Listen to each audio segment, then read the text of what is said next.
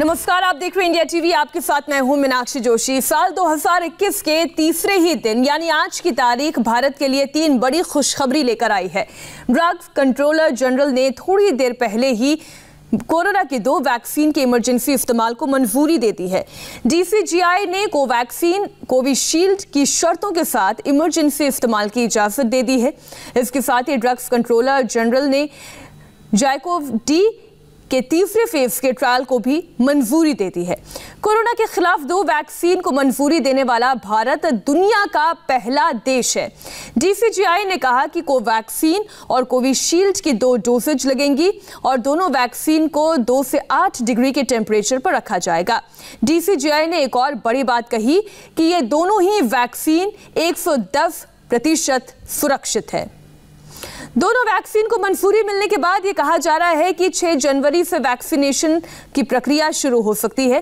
पहले health workers को और फ्रंट लाइन वर्कर्स को ये वैक्सीन लगेगी। पहले फेज में 30 करोड़ लोगों को टीका लगाया जाएगा।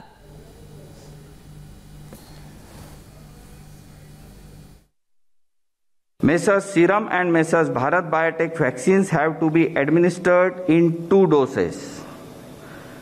All the 3 vaccines have to be stored at 2 to 8 degrees centigrade. After adequate examination, the CDSCO has decided to accept the recommendations of the expert committee, and accordingly, vaccines of Messrs Serum and Bharat Biotech are being approved for restricted use in emergency situation, and permission is being granted to Messrs Cadila Healthcare for conduct of phase 3 clinical trial in India.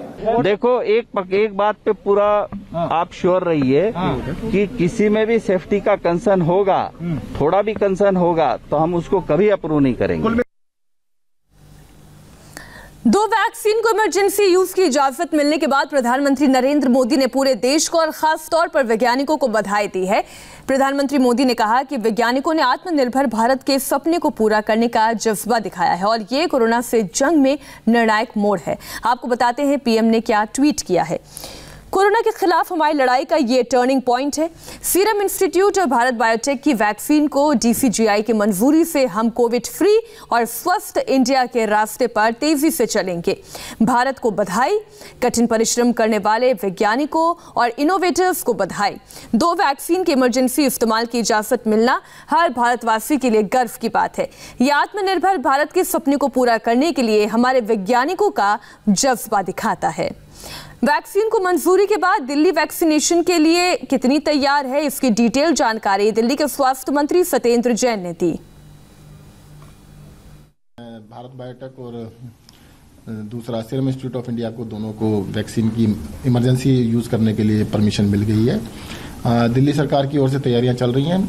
इसका जो protocol रहेगा, सबसे पहले जो health care workers हैं वो number 1 पर होगा, देन फ्रंटलाइन वर्कर्स हैं, उसके बाद जो 50 साल से ऊपर के लोग हैं उनका किया जाएगा। अभी फर्स्ट फेज के अंदर जो सबसे पहले जिसकी तैयारी की गई है, फर्स्ट फेज के अंदर health workers and frontline workers को लगा। और इस वक्त एक बेहद खास पैनल हमारे साथ चर्चा में शामिल हो रहा है। डॉक्टर संजय राय हमारे साथ जुड़ रहे हैं। आप प्रिंसिपल इन्वेस्टिगेटर कोवैक्सीन हैं और आप कोरोना वैक्सीन पर काम कर रहे हैं, बल्कि हम यूं कहें। हमारे साथ डॉक्टर BL शेरवाल साहब भी हैं, RGSSH के डायरेक्टर हैं, और हमारे साथ doctor Uma Kumar HOD rheumatology AIIMS की हमारे साथ जुड़ गई हैं। आप सभी का बहुत बहुत स्वागत है। सबसे पहले तो आपको बहुत बहुत बधाई डॉक्टर संजय राय। ये एक बहुत महत्वपूर्ण पड़ाव है, जैसा कि प्रधानमंत्री मोदी भी कह रहे हैं। ये आत्मनिर्भर भारत की दिशा में एक बहुत महत्वपूर्ण कदम, एक टर्निंग पॉइंट। बधाई सबको।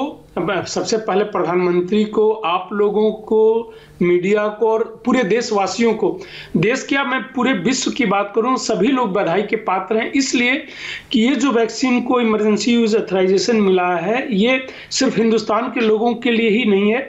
सस्ती वैक्सीन जो है पूरे विश्व को चाहिए। 2 तरीके, एक तो वैक्सीन सस्ती है, दूसरा जो है इसका रख रखाव, transportation and storage 2 to 8 degree centigrade पे शायद थर्ड वर्ल्ड कंट्री भी आसानी से कर सकते हैं। सो पूरी दुनिया के लिए जो है ये खुशखबरी है, भारत को तो डेफिनेटली है, क्योंकि जिस तरीके से एक विदिन 1 ईयर जो है हमने इसको डेवलप किया, भारत के साइंटिस्ट ने डेवलपमेंट से लेके क्लिनिकल ट्रायल कंप्लीट करना और मंजूरी मिल जाना, तो इस सब में जो है और शायद इसका श्रेय हमारे प्रधानमंत्री को भी जाता है, क्योंकि उन्होंने जिस तरीके से इसका जो है खुद सेल्फ इसका किया, निरीक्षण जाके रिव्यू मीटिंग्स करना, सारे इनके जहाँ भी मैन्युफैक्चरर हैं वहाँ पे जाना, साइंटिस्ट से मीटिंग करना।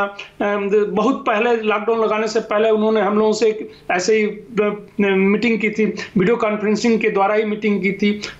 तो ये सब का जो है श्रेय उनको सबसे ज़्यादा जाता है, क्योंकि अगर इस टाइप की लीडरशिप रहती है तो डेफिनेटली जो है सभी लोग उत्साहित रहते हैं, सबका उत्साहवर्धन बीच बीच में करते रहते हैं, और तो उसका परिणाम है आपके सामने है। जो उनकी आत्मनिर्भर भारत की परिकल्पना थी वो अब साकार होती दिख रही है, एटलीस्ट मैं कह सकता हूं कि वैक्सीनेशन के क्षेत्र में।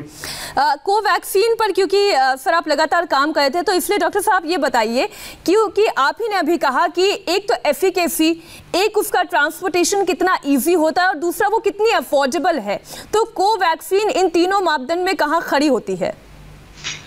कोवैक्सीन जो है, चूंकि ICMR मतलब गवर्नमेंट की संस्था है और भारत बायोटेक ने डेवलप किया, मार्च महीने में ही ICMR ने इसको वायरस को आइसोलेट किया था। उसके बाद जो है क्लिनिकल ट्रायल्स हमने किए, तो जो 2 to 8 डिग्री, अगर मैं हिंदुस्तान की पहले बात करूं तब बाकी कंट्रीज की बात करूं, हिंदुस्तान में हमारा जो है एक वेल स्ट्रक्चर्ड जो है वैक्सीनेशन प्रोग्राम है अंडर 5 बच्चों के लिए, प्रेग्नेंट लेडी के लिए, जिसमें सारे वैक्सीन हम 2 to 8 डिग्री सेंटीग्रेड पे ही रखते हैं। Even primary health centre, district level, उसके नीचे सब सेंटर लेवल तक जो है हमारे पास जो है इसके रख रखाव की व्यवस्था है, ट्रांसपोर्टेशन की व्यवस्था है। तो जहां अभी उसके बाद हमारा ड्राई रन हो चुका है, तो इसलिए इम्प्लीमेंटेशन में एक बार मंजूरी मिलने के बाद कोई बहुत बड़ी प्रॉब्लम नहीं होगी। हमारी कंट्री की अगर हम बात करें, विश्व के बाकी देशों में भी जो है, इवन दुनिया के जो डेवलप कंट्री हैं उनमें भी -70 में प्रॉब्लम होती है। क्यों इसलिए होती है कि देखिए, वैक्सीन में 2 पहलू है। एक जो वैक्सीन इफिकेसी हम कैलकुलेट करते हैं, वैक्सीन इफिकेसी जो कैलकुलेट करते हैं वह लैब सिचुएशन में ड्यूरिंग क्लिनिकल ट्रायल करते हैं। एक होता है इफेक्टिवनेस, कि जब रियली लोगों को लगाना शुरू करते हैं तो वैक्सीन कितनी इफेक्टिव है, कि अगर 100 लोगों को हमने दिया तो कितने लोगों को प्रोटेक्ट कर पाया, और एक हमने रिसर्च करते समय 100 लोगों को दिया तो कितने को प्रोटेक्ट कर पाया। तो जो रिसर्च के समय करते हैं उसको वैक्सीन इफिकेसी कहते हैं, जो ग्राउंड रियलिटी होती है उसको इफेक्टिवनेस कहते हैं। तो अगर -70, मान लीजिए इस कंट्री की मैं एग्जांपल दे लूं, बाकी छोड़ दो, कि -70 का अगर वैक्सीन हमने यहाँ पे लगाना शुरू कर दिया लाए, तो इफिकेसी उसकी हो सकता है 95% हो, बट इफेक्टिवनेस, क्योंकि अगर कहीं भी कोल्ड चेन ब्रेक हो गया ड्यूरिंग ट्रांसपोर्टेशन, जिसकी संभावना हमेशा बनी रह सकती है, आप नहीं कर सकते, तो हो सकता है अगर कोल्ड चेन ब्रेक कहीं भी हो गया तो 0 भी उसकी इफिकेसी हो सकती है। तो 0 से लेकर 95 रेंज हो सकता है, जबकि अगर 2 to 8 डिग्री पे मेंटेन करते हैं तो उसको मेंटेन करना बहुत ही ईजी होता है, रख रखाव ईजी है, स्टोरेज करना ईजी है। तो उसमें कोल्ड चेन ब्रेक भी होता है, मान लीजिए लाइट चली जाती है, इवन नॉर्मल फ्रीज जो डोमेस्टिक फ्रीज है उसमें अगर 8 घंटे भी लाइट रहती है तो 2 to 8 डिग्री टेम्परेचर को मेंटेन किया जा सकता है। तो लॉजिस्टिक मैनेजमेंट एक बहुत बड़ा इशू होता है किसी भी वैक्सीनेशन प्रोग्राम के लिए। इसलिए अगर थोड़ी सी मान लीजिए इफिकेसी कम भी अगर होती है, जो कि एग्जैक्ट इफिकेसी का भी हमें उतना आइडिया नहीं है, अब बाकी वैक्सीन की भी इफिकेसी जो उन्होंने निकाली है 1-2 महीने के डेटा पे निकली है, लॉन्ग टर्म में इफिकेसी का डेटा नहीं है। तो एक बहुत बड़ी उपलब्धि है, और इस कंट्री की नहीं, दुनिया के बाकी कंट्री के भी, अमीर कंट्रीज की भी अगर हम बात करें तो वहां भी लॉजिस्टिक मैनेजमेंट इसके लिए इजी होगा। जी डॉक्टर शेरवाल, भारत इकलौता ऐसा देश बन गया है जहां पर 2 वैक्सीन को एक साथ इमरजेंसी इस्तेमाल के लिए मंजूरी दे दी गई है, आपका पहला रिएक्शन? ये तो बहुत खुशी की बात है आखिर जी के हिंदुस्तान में एक साथ 2 वैक्सीन, और एक अगर मैं कहूँ कोवैक्सीन तो इंडिजिनस हमारे ही साइंटिस्ट और डॉक्टर का मेहनत है, और सीरम इंस्टीट्यूट कोविशील्ड भी भारत में ही बनी है। तो दोनों वैक्सीन जो है हमारे लिए आज एक बहुत बड़ा पर्व है कि बहुत खुशी की बात है कि हम लोग 2 वैक्सीन एक साथ DCGI ने आज मंजूरी दी है और इसके हमारे देश की जनता के लिए और बाकी नियर बाई कंट्रीज के लिए, या जैसे कि पता है कि सीरम इंस्टीट्यूट तो अपने आप में एक बहुत बड़ा इंस्टीट्यूट है जो वैक्सीन की डिलीवरी हिंदुस्तान में नहीं बल्कि पूरे वर्ल्ड में करता है। तो ये पूरे वर्ल्ड के लिए एक तरह से बहुत खुशी का दिन है कि हमारे अपने देश के अंदर 2 वैक्सीन आज हमारे पास कोविड से लड़ने के लिए अवेलेबल है। जी डॉक्टर उमा, कई सारी भ्रांतियां भी हैं, कई सारे संदेह के भी ऐसे बातें कई बार बीच बीच में उभर कर सामने आती है। इतनी जल्दी वैक्सीन कैसे आ सकती है? इसमें तो दशक का भी समय लग जाता है। अगर ये आ भी गई तो क्या इसकी क्या गारंटी है कि ये पूरी तरीके से सेफ हैं, जबकि DCGI तो कह रहा है कि 110% सुरक्षित है। ऐसे लोगों के लिए आप क्या कहेंगे जिनको संदेह होता है? नहीं, एक चीज तो ये है कि संदेह होना बहुत स्वाभाविक है, क्योंकि बहुत जल्दी से कोई भी चीज अगर तैयार होती है तो लोग उस पर संदेह करते हैं। लेकिन मैं ये कहना चाहूंगी कि जो हमारे अथॉरिटीज हैं, जो एक्सपर्ट बैठे हुए हैं DCGI में, वो पूरी तरह समर्थ है इस चीज को देखने के लिए कि हमारे देश के लोगों के लिए क्या चीज ठीक है और क्या नहीं। तो हमें पूरा कॉन्फिडेंस होना चाहिए अपने एक्सपर्ट्स पर, और सब कुछ देखने के बाद काफी दिन उसमें गुजारे गए हैं, सारी बारीकियां समझी गई हैं, तभी वैक्सीन को अप्रूवल दिया गया है। तो मैं ये कहना चाहूंगी कि लोगों को ये बिल्कुल नहीं सोचना है कि वैक्सीन, बहुत से अफवाह मैं भी सुन रही हूँ, वो सब गलत है। हाँ, वैक्सीन से कुछ साइड इफेक्ट्स हो सकते हैं, वो जो बच्चों में इम्यूनाइजेशन करते हैं तो भी होते हैं। कई बच्चों को फीवर हो जाता है 2-3 दिन के लिए, या फिर बॉडी एक हो जाता है, मसल्स में पेन हो जाता है, या किसी को छोटी बहुत एलर्जिक रिएक्शन हो जाता है। तो ये बहुत ही नॉर्मल चीजें होती हैं जो इंजेक्शन के बाद हो सकती हैं। और कुछ चीजें ये भी शो करती है कि वैक्सीन लेने के बाद हमारा जो इम्यून सिस्टम है वो रिएक्ट कर रहा है, क्योंकि वायरस का एक जीनोम जो है वो हमारी बॉडी में जाता है, इसको बॉडी रिकॉग्नाइज करे और उसके अगेंस्ट इम्यूनिटी डेवलप हो, जिससे कि अगर इन्फेक्शन, वास्तविक इन्फेक्शन अगर होता है तो उस पर काबू पाया जा सके। हमारा immune system can actually immediately act on the infective agent और फिर डिजीज ना हो इंडिविजुअल में। तो उन छोटी मोटी चीजों से घबराने की जरूरत नहीं है। और ये वाले साइड इफेक्ट्स भी जो अब तक डेटा अवेलेबल है, सिर्फ लेस देन 10% लोगों में देखा गया है। बाकी कुछ लोगों के थे कि कुछ जो सीरियस प्रॉब्लम्स हुए हैं, तो जो लोग एलर्जिक हैं किसी भी चीज से, तो अगर वो एलर्जी और वो भी सीरियस प्रकार की एलर्जी अगर उनको होती है, चाहे वो ड्रग से हो या किसी और मटेरियल से हो, तो उनको ये जो हम वैक्सीन देते हैं, चाहे वो कोई भी वैक्सीन हो, उससे भी एलर्जी हो सकती है। तो उनको कंफ्यूज नहीं करना है। मैं कहना चाहूंगी कि बहुत सोचने विचारने के बाद, काफी वक्त गुजारने के बाद ये डिसीजन लिया गया है। डॉक्टर उमा की DCGI ये कह रही है कि अगर थोड़ा सा भी संदेह होता तो हम कभी मंजूरी ही नहीं देते। ये मंजूरी इसलिए दी गई है कि हमें कोई संदेह नहीं है, ये 110% सेफ है। विजय लक्ष्मी, बस एक खुशखबरी का ही तो हम इंतजार कर रहे थे भारतवासी। 2 वैक्सीन को एक बार में मंजूरी मिल जाना, ये बहुत बड़ी बात है। अब जो है ये वैक्सीनेशन प्रोग्राम कैसे चलाया जाएगा पूरा देश में, इसके बारे में जानकारी दें, क्योंकि ड्राई रन हमने देखा कि बहुत ही खूबसूरती से ड्राई रन हुआ कल। देखिए, जो जानकारी सूत्रों से मिल रही है कि जनवरी में ही शुरू हो जाएगा, जो एक्चुअल प्रोसेस है वैक्सीनेशन का वो भी जनवरी में ही शुरू हो जाएगा और आने वाले कुछ दिनों में इसको लेकर के और स्पष्टता हमारे सामने आ जाएगी, क्योंकि औपचारिक तौर पर अभी कोई ऐलान नहीं हुआ है कि कौन सी तारीख से पूरा वैक्सीनेशन का प्रोग्राम देश में रोल आउट किया जाएगा। लेकिन फिलहाल जिस तरीके से पहले भी हम मीनाक्षी डिस्कस कर रहे थे कि एक बहुत ही इलेबोरेट मैकेनिज्म जो है वो गवर्नमेंट ऑफ इंडिया और हेल्थ मिनिस्ट्री के द्वारा बनाया गया है ताकि जो पूरा प्रोग्राम है वो पूरी स्मूथली एक तरीके से पूरे देश में इसको रोल आउट किया जाए। जब भी प्रक्रिया शुरू होगी, जिस हेल्थ सेंटर पर मैं गई थी अभी 2-3 दिन पहले, हमने भी दिल्ली के एक हेल्थ सेंटर से जो श्रीनिवासपुरी में है वहां से एक रिपोर्ट फाइल की थी, तो उन्होंने कहा था कि हम विद इन 10 मिनट्स हम ऑपरेशन करने की स्थिति में है। अगर भारत सरकार हमें बोलती है कि अगले 10 मिनट में आपको आज 100 लोगों को वैक्सीनेशन करना है, तो हम 10 मिनट में वैक्सीन की उपलब्धता के बाद हम वो प्रक्रिया जो है 10 मिनट में हम अपने सेंटर को इन ऑपरेशनल कर सकते हैं। तो इसी तरह की जो तैयारी है वो बाकी जो सेंटर्स हैं उन पर भी है। जैसे दिल्ली में 1000 सेंटर्स बनाए गए हैं, हर राज्य में इसी तरह के सेंटर्स बनाए हैं। ड्राई रन ऑलरेडी हो चुका है तमाम राज्यों में। तो अब बहुत ज्यादा सिरिंज से लेकर के और जो पूरा इंफ्रास्ट्रक्चर है, यूनिवर्सल इम्यूनाइजेशन प्रोग्राम के तहत जो सेंटर्स आते हैं, इसके अलावा कुछ कम्युनिटी सेंटर्स हैं,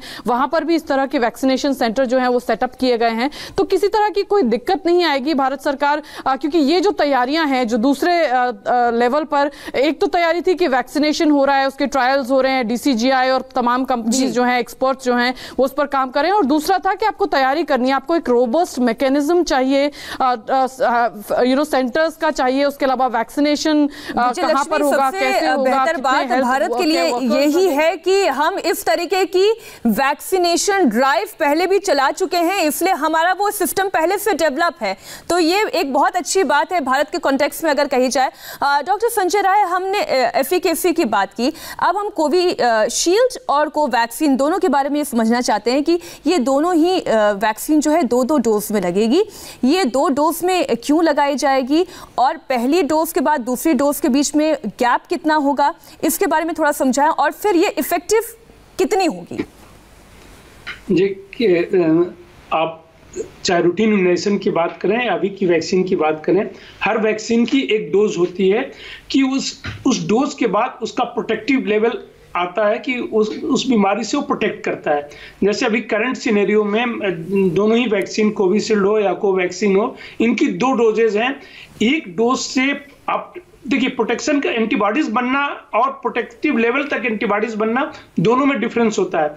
एक डोज देने के बाद भी एंटीबॉडीज बननी शुरू हो जाती हैं, बट वह प्रोटेक्टिव लेवल नहीं होता। उसके लिए कंप्लीट इम्यूनाइजेशन हम तब मानते हैं जब 2 डोज हो जाता है। उस सेकेंड डोज के बाद भी जो है 2 वीक का और गैप चाहिए। डॉक्टर, आप अपना जवाब पूरा करिएगा। क्या इसका मतलब ये हुआ कि पहले डोज के बाद लोग ये ना सोचने लगे कि वो कोरोना वायरस से मतलब बच गए, उसके लिए उनको दूसरे डोज का भी इंतजार करना होगा, वो लगवाना होगा?